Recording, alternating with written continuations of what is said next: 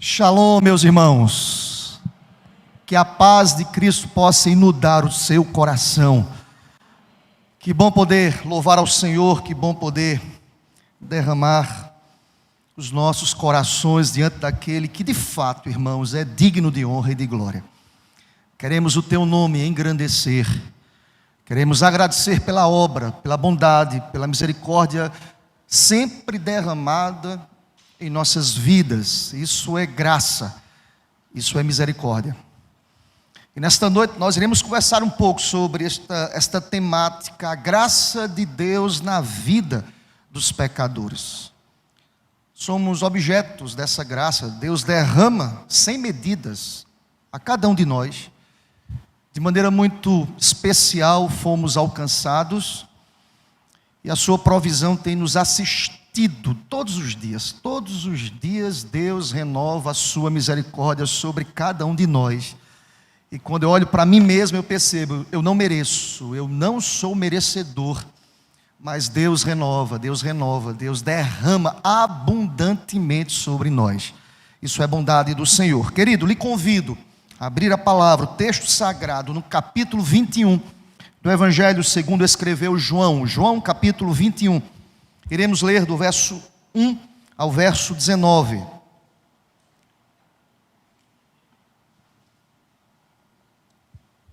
Antes da leitura, eu queria orar com os irmãos, pedindo graça, iluminação. Todo nosso esforço, por mais dedicado que seja, toda a nossa capacidade intelectual de entender, de mergulhar no texto, se nós não tivermos aqui assistência, a direção do Espírito, se o Espírito Santo não iluminar as nossas mentes, nós não conseguiremos entender o que Deus quer para a gente. Por isso nós precisamos pedir: Deus, ilumina o meu coração, a minha mente, ilumina o meu entendimento, ensina-me. Todas as vezes que a palavra de Deus é aberta, Deus está falando comigo. Você tem esse peso na alma, entendendo isso, Deus está falando comigo.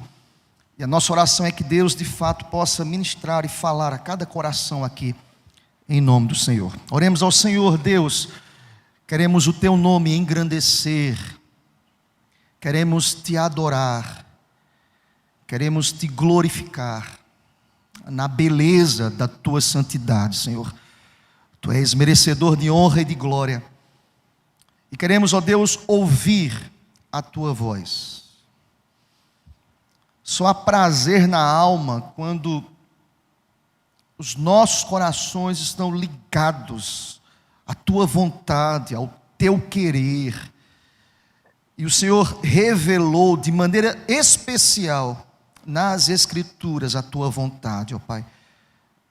Por esta razão eu te peço, ó Deus, ensina-nos nesta noite, mostra-nos a tua vontade através da Escritura.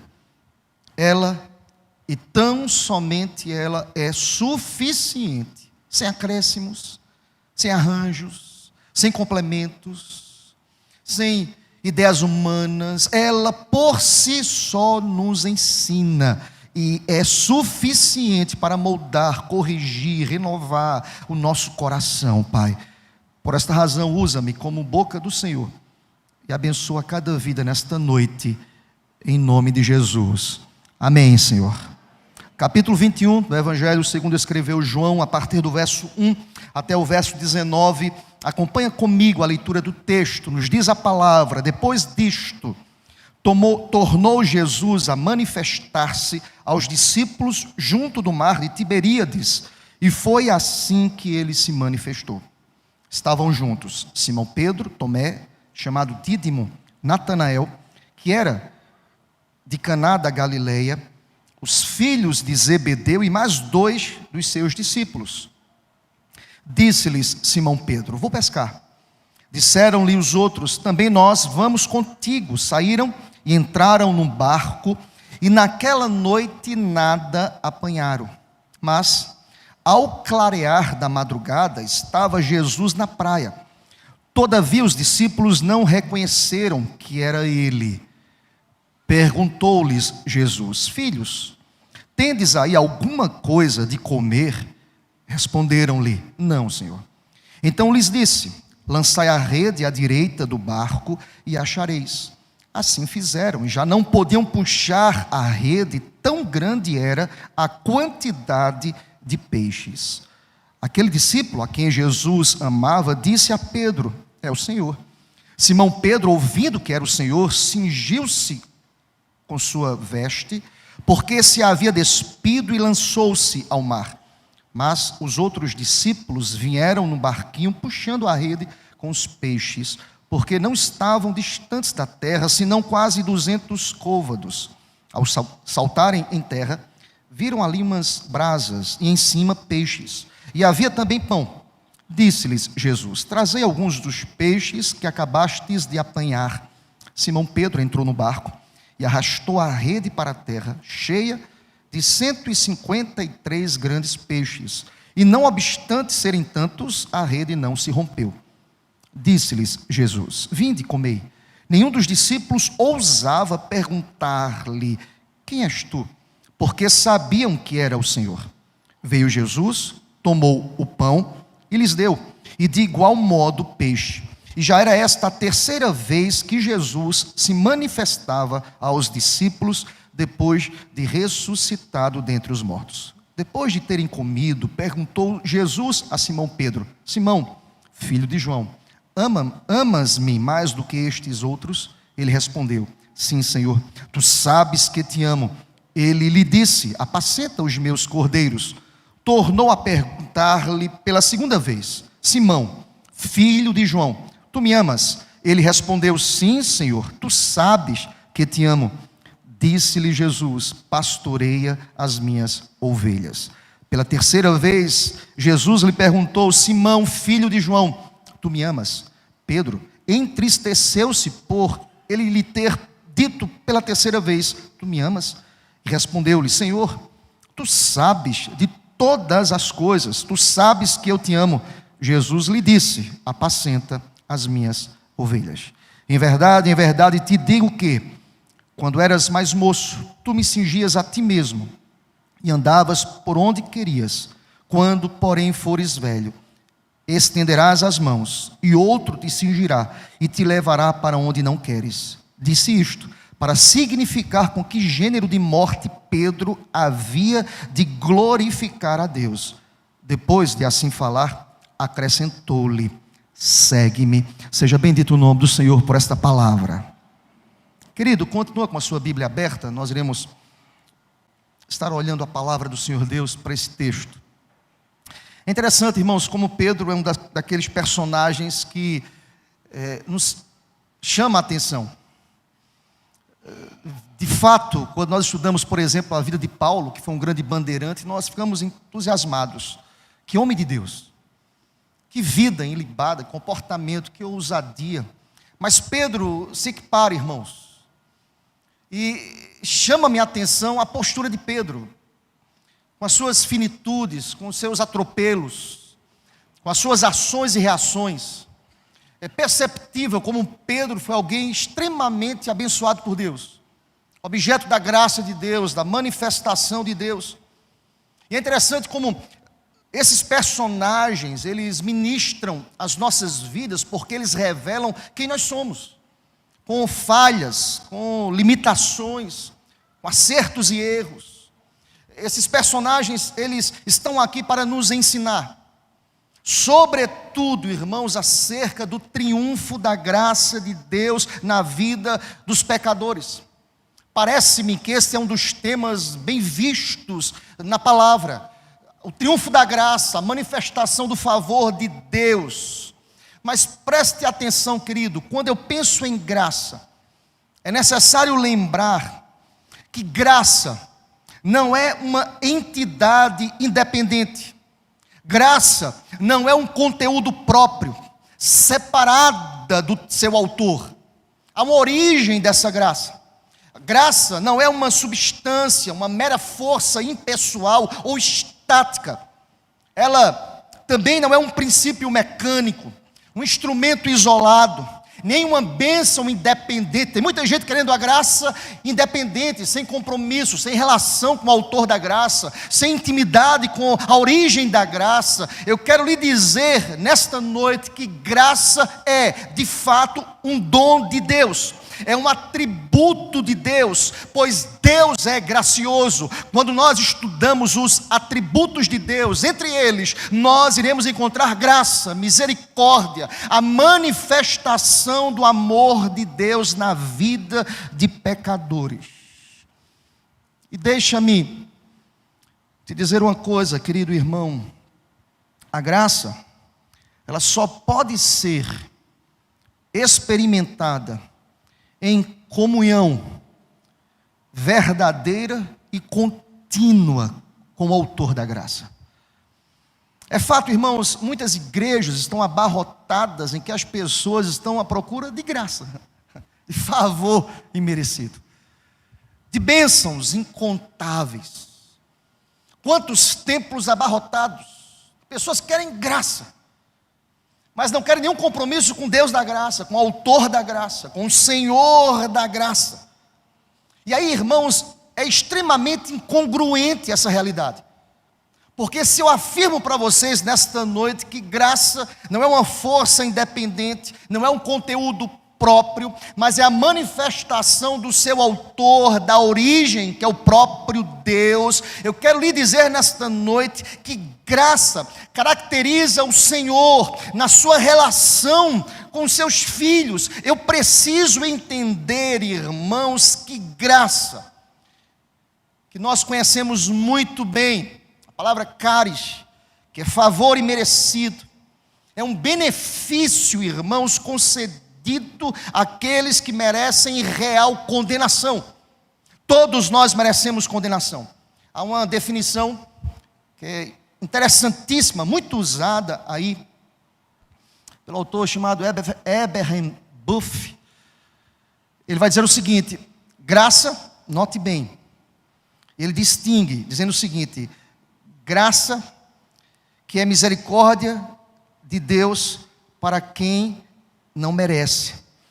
Graça é dar o que nós não merecemos, porque nós merecemos a condenação, o inferno, a separação eterna. Ele vai dizer, e veja o que ele vai dizer em seus conceitos. Ele diz que misericórdia de Deus é Deus não dar o que merecemos, e graça é o fato de Ele dar o que não merecemos. Deus dar o que nós não merecemos, isso é graça. Sabe por que você está aqui? Porque Ele derramou graça. Sabe por que você está salvo hoje? Porque Deus manifestou graça. Sabe por que você adora a Deus? Porque Ele manifestou graça. Sabe por que você entende a palavra? Porque Deus manifesta graça. Sabe por que estamos vivos? Graça. Sabe por que o mal não pode dominar as nossas vidas? Graça. Sabe por que a sua família está sendo coberta, protegida? Porque Deus tem sido gracioso. Deus tem feito o que nenhum de nós merecemos. Seja bendito o nome do Senhor para sempre. Isso é graça. Graça é o fato de Ele dar o que nenhum de nós merecemos. Mas por que eu lhe digo isso esta noite, querido? Porque o capítulo 21 de João é um capítulo que nos mostra a manifestação da graça de Deus na vida de Pedro. Mas eu não posso mergulhar, querido, no capítulo 21.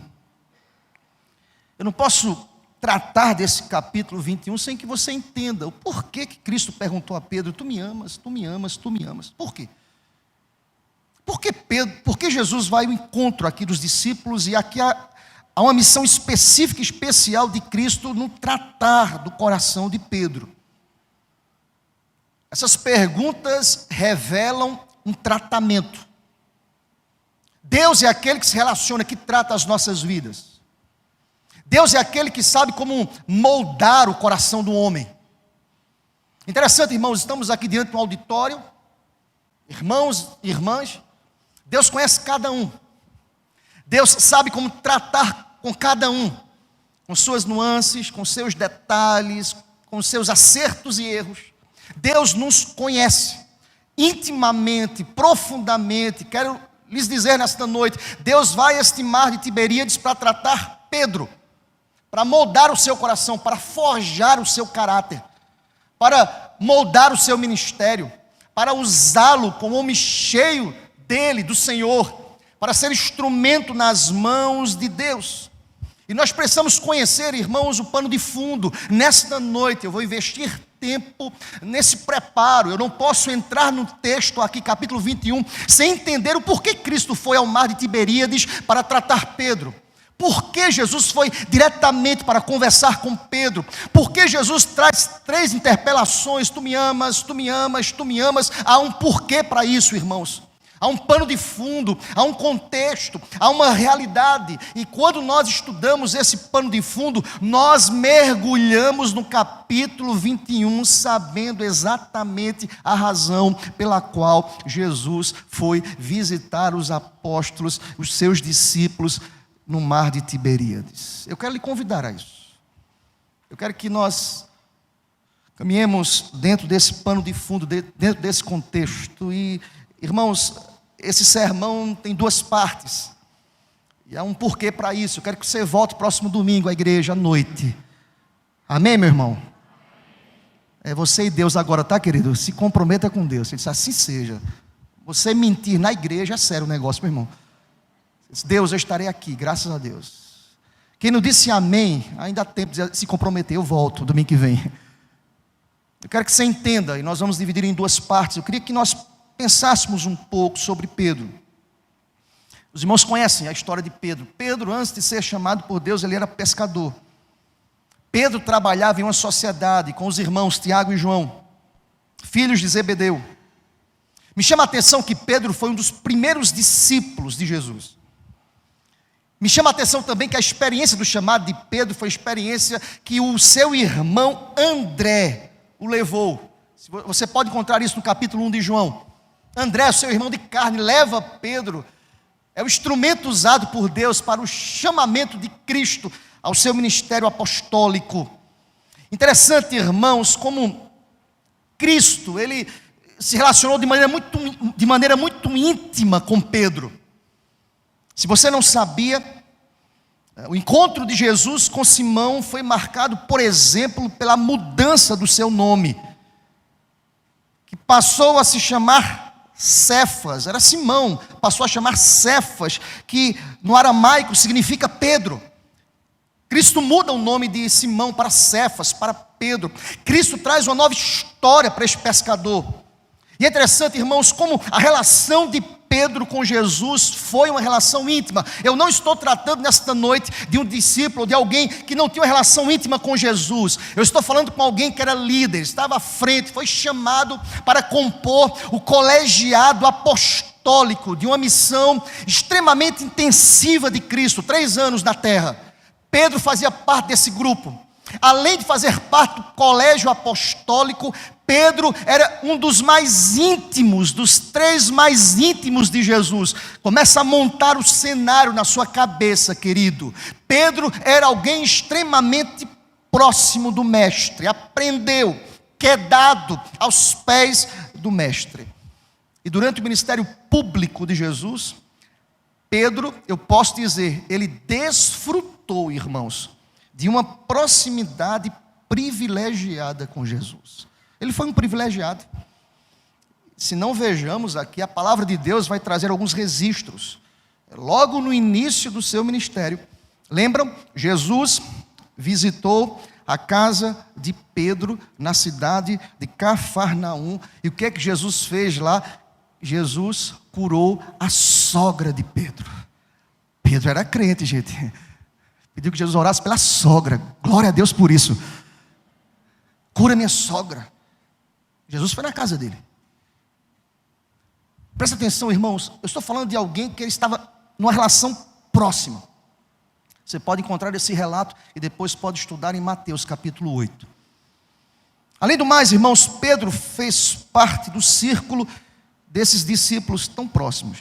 Por exemplo, se você voltar um pouco aí à sua memória, você vai perceber que na ocasião da cura da filha de Jairo, Lembre-se do fato lá de Marcos capítulo 5, Jesus, o mestre, ele não permitiu que alguém o acompanhasse, senão Pedro e os irmãos Tiago e João. Vocês não, só quero os 3 comigo, Pedro e os irmãos Tiago e João.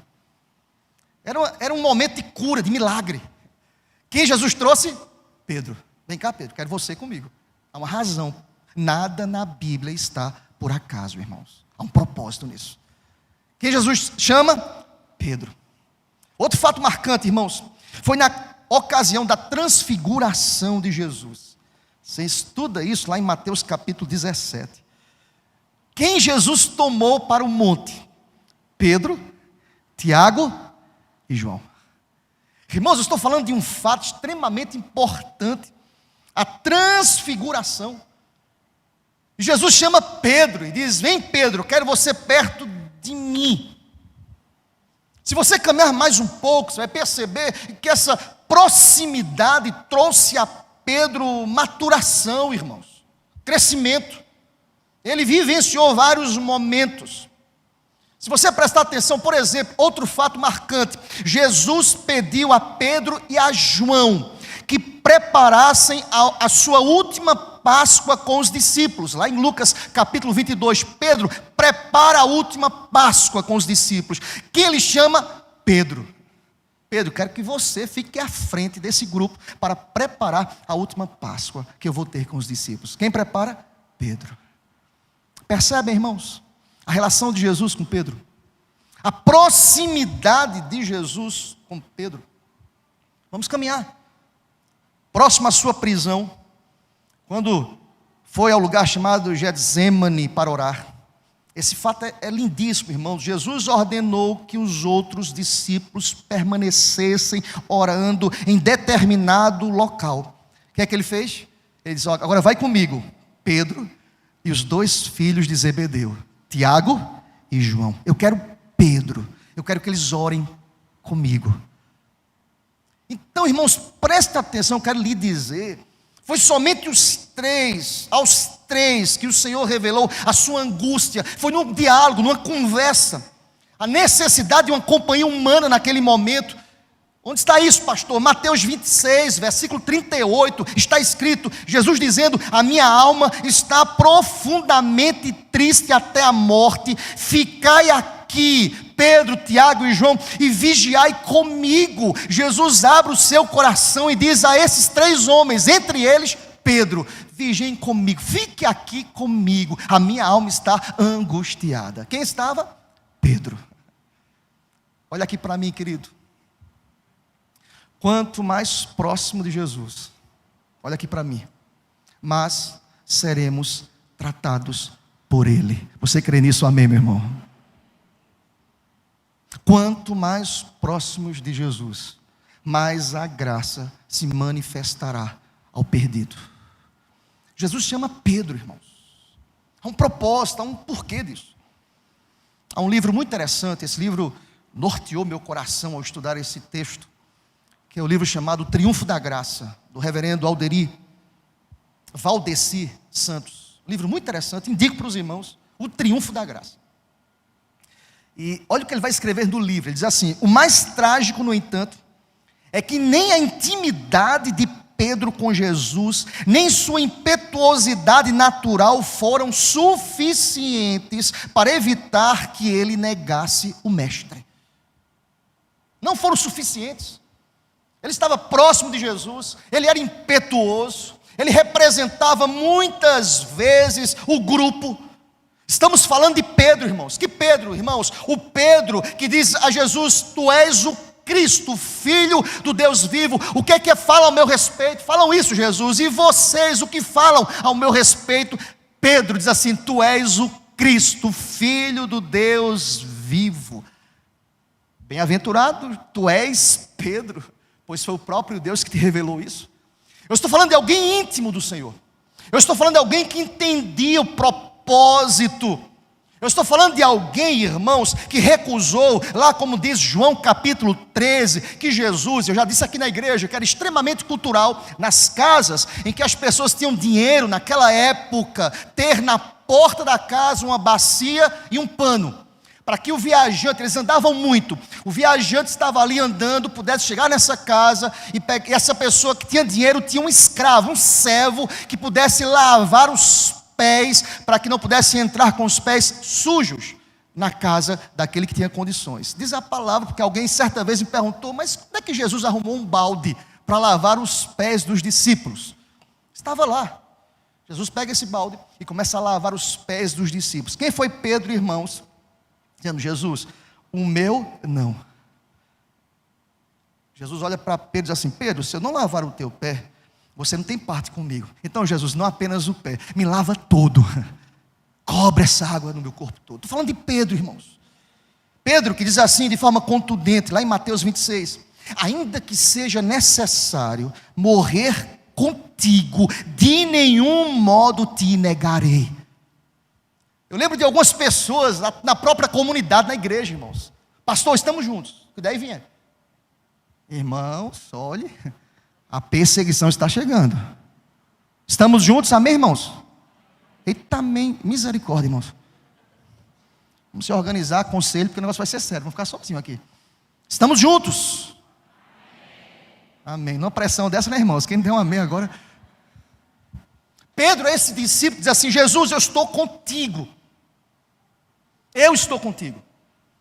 E sabe quem foi esse homem que diz assim, eu estou disposto a morrer contigo? É esse Pedro que eu quero lhe dizer nesta noite, quanto mais próximo, as mazelas são vistas, as dificuldades são vistas, os erros são notados. Esse homem que diz, eu vou morrer por ti, Senhor Deus, é esse que lá em Marcos capítulo 14, naquele fato conhecidíssimo da igreja, quando alguém pergunta, você estava com o mestre, com o Messias? Ele diz, não conheço esse homem de quem falais. Pedro nega Jesus. Uma negação pública. Eu queria usar a expressão, uma queda pública. E como deve ter sido doloroso para Pedro. Que angústia, diz a palavra que ele nega. Mas Jesus olha para ele. O que eu quero lhe dizer nesta noite, querido, de maneira muito pontual, dito o que eu acabei de dizer, antes de mergulhar no capítulo 21, eu quero que você entenda, irmãos, algumas observações precisam ser ditas para a gente hoje à noite. Pastor, por que Pedro negou a Jesus? Pastor, por que Jesus vai ao mar de Tiberíades? Repito, há um link na sua cabeça bíblico aqui, lógico. Jesus estava disposto a restaurar o coração e a alma de Pedro. Eu quero dizer nesta noite, que aqueles a quem Deus ama, Deus não desiste, glória a Deus por isso. Ah, pastor, estou tão arredio, estou tão distante, estou tão longe. Deus não desiste de você. Você pode ir para um lado, para o outro, você pode errar. Deus, Ele te ama com amor incondicional, aleluia. Mas eu preciso lhe dizer, querido, e lhe mostrar 3 verdades aqui, no comportamento do apóstolo Pedro. O primeiro deles, é que Pedro errou, e Pedro precisou ser tratado pelo Senhor Jesus. Sabe por quê?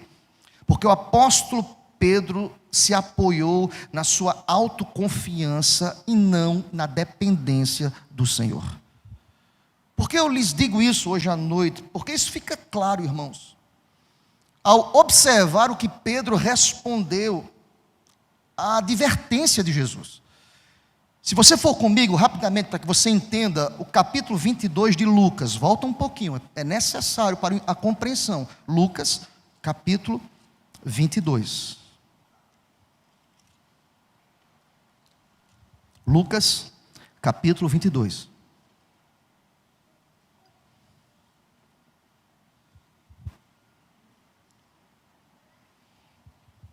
A partir do verso 31. Acompanha comigo. Simão, Pedro, eis que Satanás vos reclamou para vos peneirar como trigo. Eu, porém, roguei por ti, para que a tua fé não desfaleça. Tu, pois, quando te prometeres, fortalece os teus irmãos.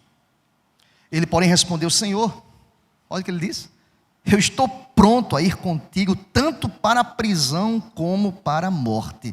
Olha o que Jesus fala para ele. Jesus diz a Pedro: afirmo-te, Pedro, que hoje 3 vezes negará que me conheces, antes que o galo cante. Olha aqui para mim, querido. A primeira coisa que nós percebemos na queda de Pedro, no erro, na negação pública de Pedro, é porque Pedro confiou em si mesmo. Há um ato de arrogância aqui de Pedro.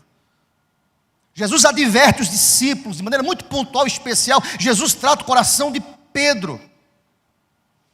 Irmãos, note bem, eu estou falando de uma afirmação de Pedro aqui muito séria: Senhor, eu estou pronto a ir contigo tanto para a prisão como para a morte. É como se Pedro abrisse os peitos assim, enchesse os pulmões e afirmasse: eu jamais farei isso, eu jamais irei te abandonar. E Jesus, conhecedor, Senhor, Deus, note bem, querido, Deus nos conhece. Não basta apenas uma coreografia litúrgica, não basta apenas tomar a Bíblia e reunir a família na igreja, não basta apenas cantar louvores, não basta apenas cumprir todos os ritos litúrgicos pré-estabelecidos, por exemplo, pelo princípio regulador de culto. Deus conhece o nosso coração. É como se Pedro dissesse assim: Deus, eu estou pronto. Ele foi arrogante. E há muitas pessoas nas igrejas arrogantes, vaidosas, prepotentes. Olha aqui para mim, querido, Deus conhece o mais íntimo do nosso coração. Sabe o que Pedro disse? Eu estou pronto.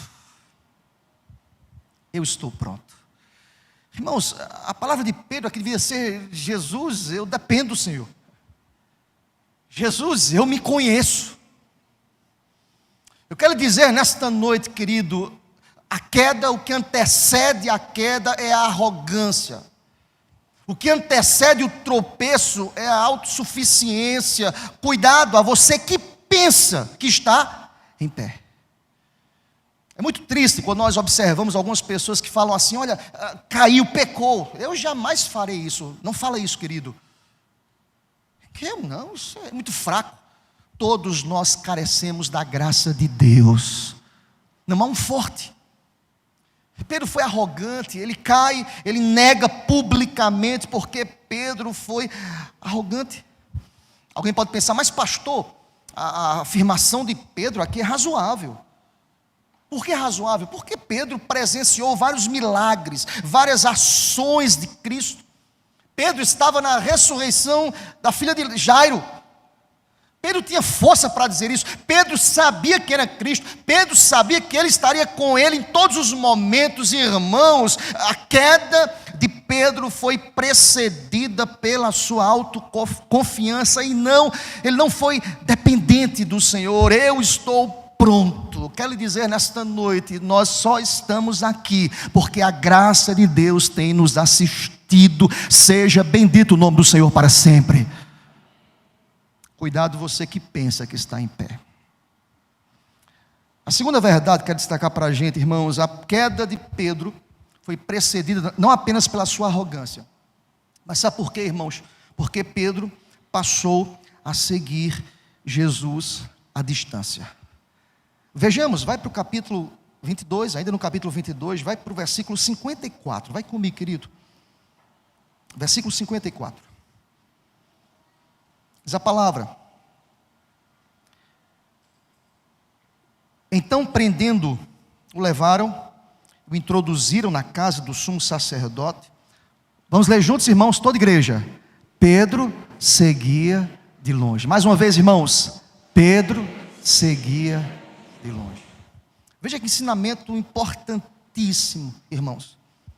Ninguém é suficientemente forte para viver a vida cristã mantendo Cristo à distância. Não é um crente tão forte que possa dizer: eu me basto.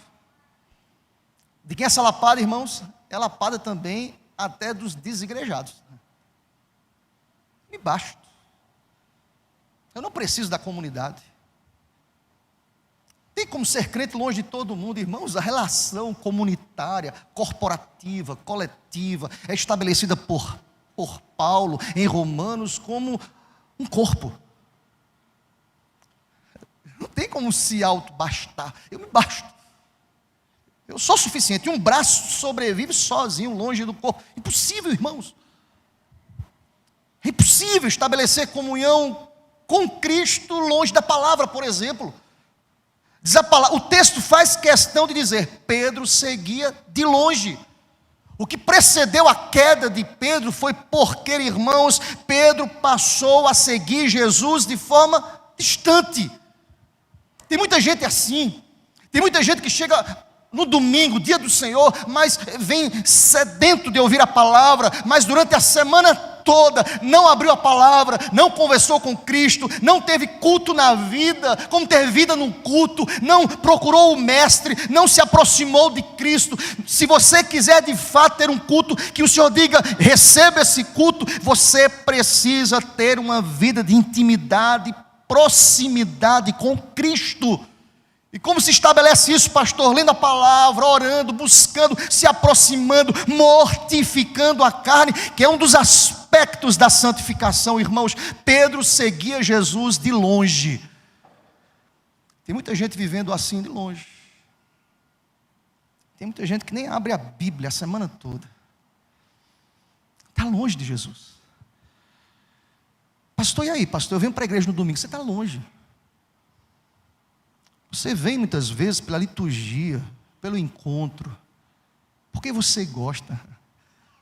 Nós estamos aqui porque nós necessitamos ouvir a voz de Deus.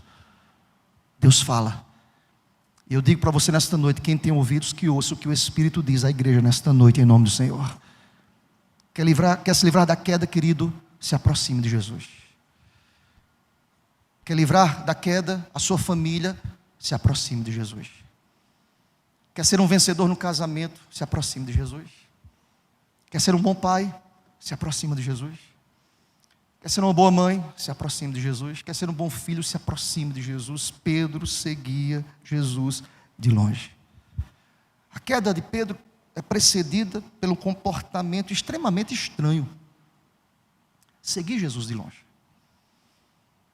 Outro dia, eu até comentei sexta-feira, eu estava ministrando a palavra em um pequeno grupo aqui da igreja. Eu dizia que certa vez um jovem aqui da igreja me procurou dizendo, pastor, eu estou seguindo agora um pastor na internet. Qual é a igreja dele? Não, ele tem igreja não, pastor, ele é virtual. Eu digo, ele não é pastor. Como assim pastor? Pastor é quem tem ovelha. Não existe pastor sem ovelha. Mas é ovelha virtual. Como assim? Deve ser mais fácil, né, irmão? Ser pastor de ovelha virtual. A ovelha começou a dar problema, aí sai da sala. Puf, acabou. Mas fica aí sozinho. Acabou não.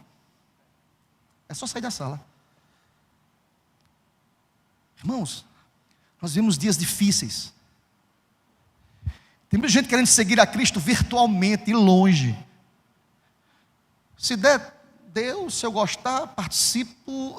Depende do gosto, dos interesses. São as igrejas dos interesses. Irmão, presta atenção.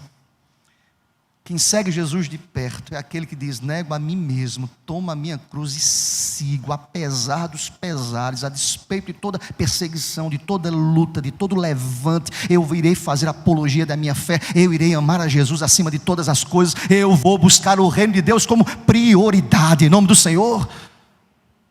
Você quer viver uma vida abençoada por Deus? Siga Jesus de perto.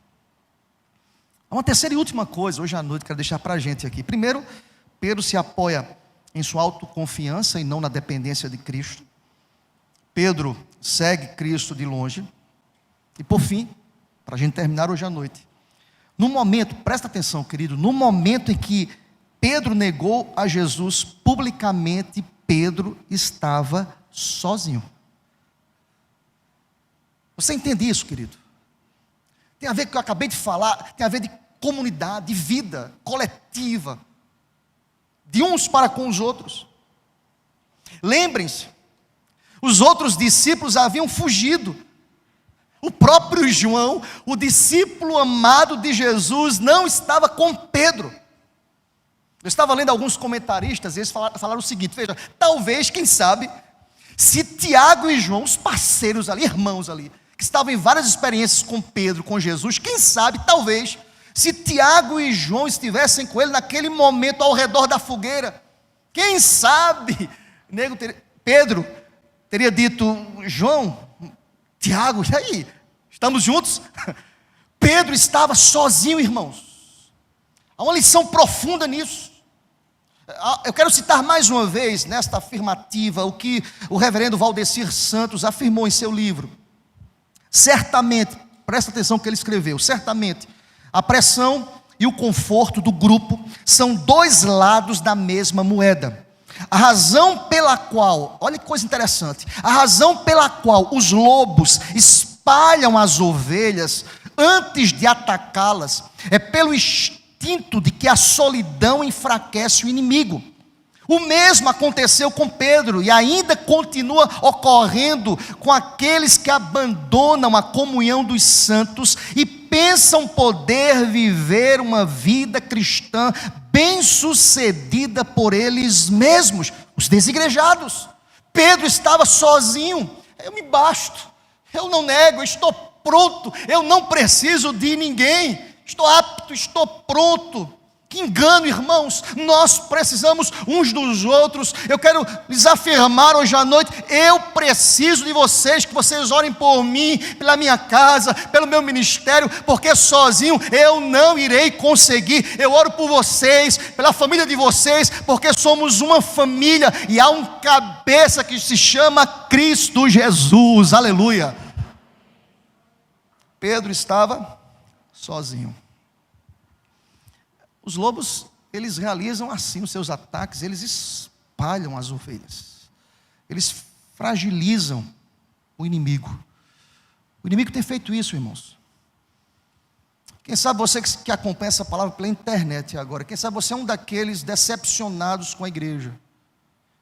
Certa vez, eu já disse aqui na igreja, o irmão disse assim: pastor, eu estou muito decepcionado com a igreja, está vontade de desistir da igreja. Essa irmã está decepcionada faz quanto tempo? Ah, pastor, ela disse um tempo lá, não lembro agora, não tem um tempinho. Irmã, eu vou fazer 20 anos de ministério, eu estou decepcionado há uns 20 anos, a começar por mim mesmo. Eu já fiz muita besteira, eu já falei o que não devia falar, eu já errei, eu já tropecei, eu já tive atitudes que não honraram o nome do Senhor Deus. Nós somos falhos, irmãos, nós somos fracos, nós não nos bastamos, nós carecemos da graça de Deus. Pedro negou que estava sozinho.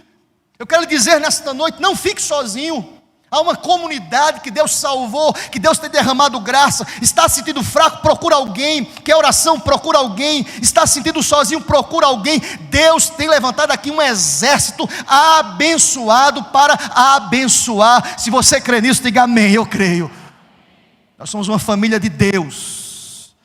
Pedro estava sozinho, João correu, Tiago, nem se fala. Todos se afastaram dessa comunhão com Pedro.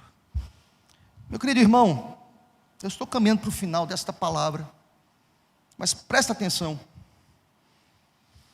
O melhor da história não está aqui, locada aqui, nessas falhas que são pontuadas, que são advertências para mim e para você. O melhor desta história está alocado na graça de Jesus, de não ter desistido de Pedro. Louvado seja o nome do Senhor Deus. Você entende por que nós chegamos ao capítulo 21 de João? Jesus queria restaurar o coração de Pedro. Sabe por que você está aqui hoje à noite? Cristo está disposto a restaurar o teu coração. Creia nisso em nome de Jesus. Cristo está disposto a tratar o coração da gente. É interessante que a história continua, porque depois que ele nega Jesus 3 vezes, quem disse que ele ia negar? Jesus. Eu sou capaz de morrer pelo Senhor. Pedro, sabe de nada, inocente.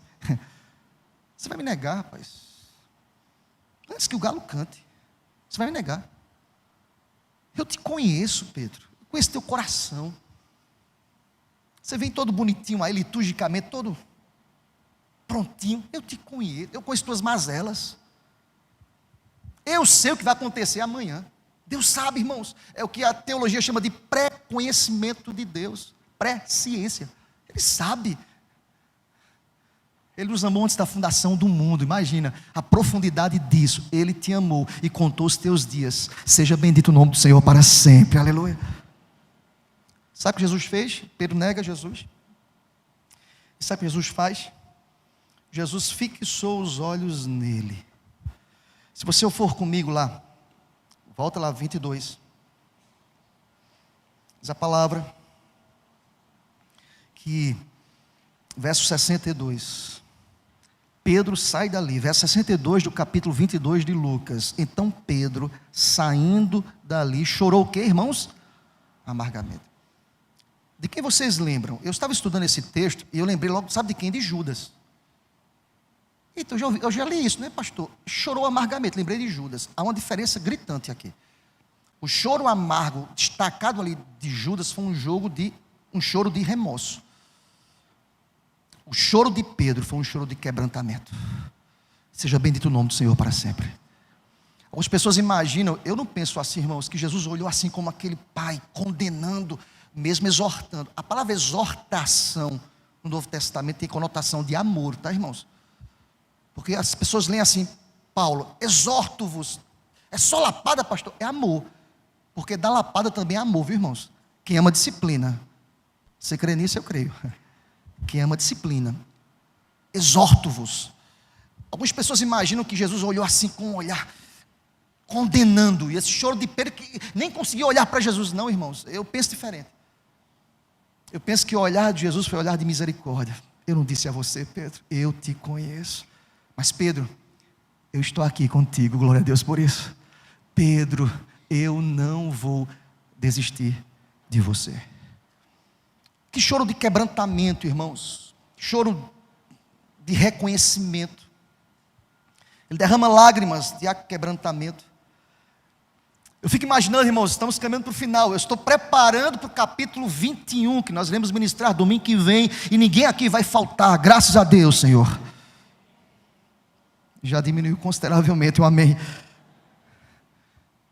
Monta comigo, meu irmão, o pano de fundo. Jesus morre, Pedro não tem mais contato com Jesus. Ao terceiro dia, Jesus ressurgiu. Jesus aparece a algumas mulheres que vieram ao túmulo vazio de Jesus. E sabe o que Jesus fez, irmãos? Jesus manda uma mensagem aos seus discípulos, especialmente a Pedro, dizendo, digam a eles que eles possam ir para Galileia, eu vou me encontrar com eles. Eu fico imaginando o coração de Pedro, eu fico imaginando que Pedro pensou, será que eu vou ter esse encontro com Jesus de novo?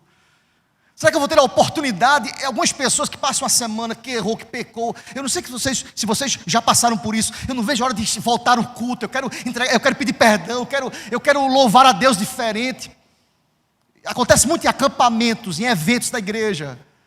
Termina um evento, a pessoa passa ali 4 dias, o Senhor desnudando a alma da gente. Último dia do acampamento, a pessoa fala, meu Deus, como eu errei, como eu falhei, me dar outras oportunidades, eu quero voltar para a faculdade, eu quero voltar para o trabalho, eu quero fazer diferente. Quantas vezes isso já aconteceu com a gente? Eu fico a imaginar a perspectiva, a ansiedade de Pedro. Jesus manda um recado para eles.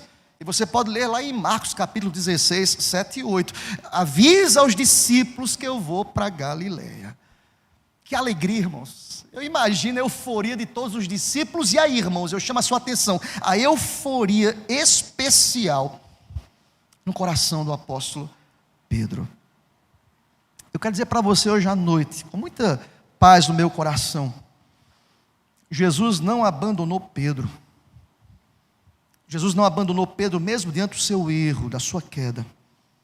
Mas Jesus procurou restaurá-lo mediante a sua graça, que é favor que nenhum de nós merecemos.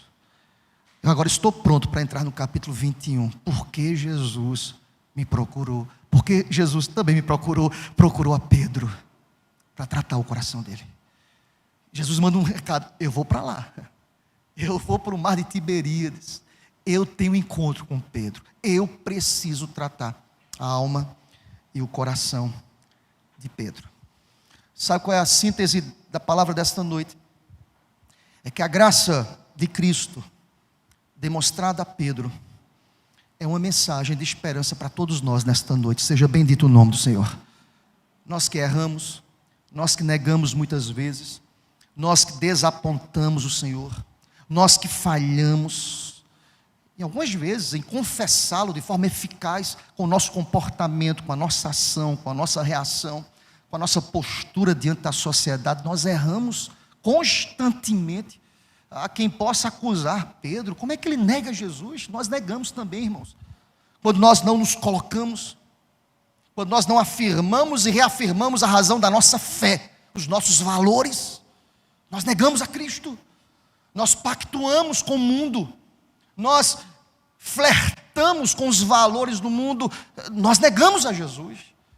Mas eu quero lhe dizer nesta noite, que o Jesus ressurreto, ele no capítulo 21 restabelece às margens do mar da Galileia um anúncio prático e eficaz da sua graça no coração e na alma do apóstolo Pedro. Quero lhe dizer nesta noite, Cristo está aqui nesse lugar, glória a Deus. Cristo eficaz para restaurar o coração daquele que errou, falhou, negou e tem feito isso. Cristo, ele é a esperança para um coração que está extremamente angustiado por causa do pecado. Que Deus aplique essa palavra, que Deus molde o nosso coração, possa moldar o nosso coração, que Deus possa nos perdoar. Eu estou falando de um cara, e desculpa a expressão essa mesmo, bem prático, de um cara que foi covarde, que nega.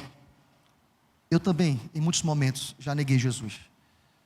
Você, em muitos momentos, também já negou Jesus. Mas a beleza da graça de Deus é que apesar de mim, e apesar de você, Deus não desiste da gente.